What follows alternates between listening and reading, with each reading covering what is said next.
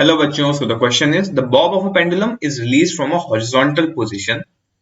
If the length of the pendulum is 1.5 meter, what is the speed with which the bob arrives at the lowermost point?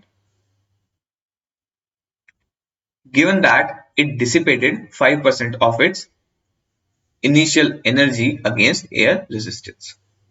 तो हमारे पास जो condition है, हमारे पास एक pendulum है जिसको हम लोग हॉरिजॉन्टल पोजीशन से रिलीज कर रहे हैं, यानी कि कुछ ऐसी पोजीशन से हम लोग रिलीज कर रहे हैं। मान लेते हैं कि इसके बॉब का मास है m, लेंथ हमें गिवन है 1.5 मीटर। अब ये लोअर मोस्ट पॉइंट पे जब अराइव कर रहा है तो इसकी इनिशियली जो टोटल एनर्जी थी उसमें से 5% का लॉस हो चुका है, यानी कि यहां पे इसकी जो टोटल एनर्जी रहेगी वो रहेगी 95% of the initial total energy, right. अब हमें बताना है कि इसकी इस पॉइंट पे स्पीड क्या होगी। तो सबसे पहले इसकी हम लोग इनिशियल टोटल एनर्जी निकालते हैं। सो इनिशियल टोटल एनर्जी, अगर मैं ये मान लेता हूं कि हमारा जो लोअर मोस्ट पॉइंट है वो हमारा रेफरेंस है, तो लोअर मोस्ट पॉइंट के रेफरेंस में, यानी कि लोअर मोस्ट पॉइंट पे हमारी जो हाइट रहेगी उसको मैं 0 मानूंगा।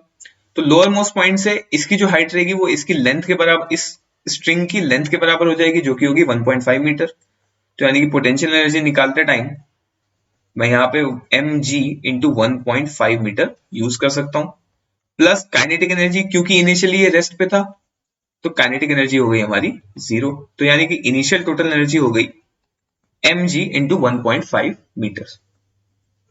अब फाइनल टोटल एनर्जी हमें दी गई है कि 5% लूज हो चुकी है, तो यानी कि 95% बची, तो 95% of initial total energy which will be equal to 95 upon 100 into mg into 1.5।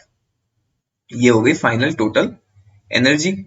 अब फाइनल टोटल एनर्जी, क्योंकि मैंने रेफरेंस लोअर मोस्ट पॉइंट को माना है, तो यानी कि जो टोटल एनर्जी होनी चाहिए लोअर मोस्ट पॉइंट पे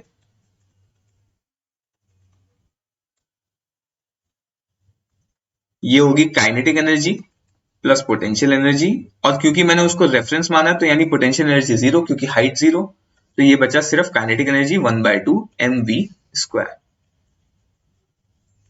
final total energy will be only the kinetic energy, यानी कि 1/2 mv square will be equal to 95 upon 100 into m into g into 1.5।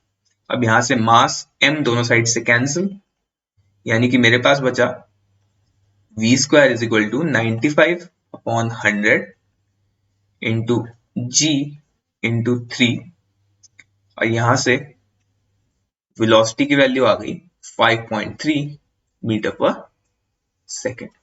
तो यानी कि the speed with which the bob arrives at the lowermost point will be 5.3 meter per second. I hope you understood this question well, and all the best.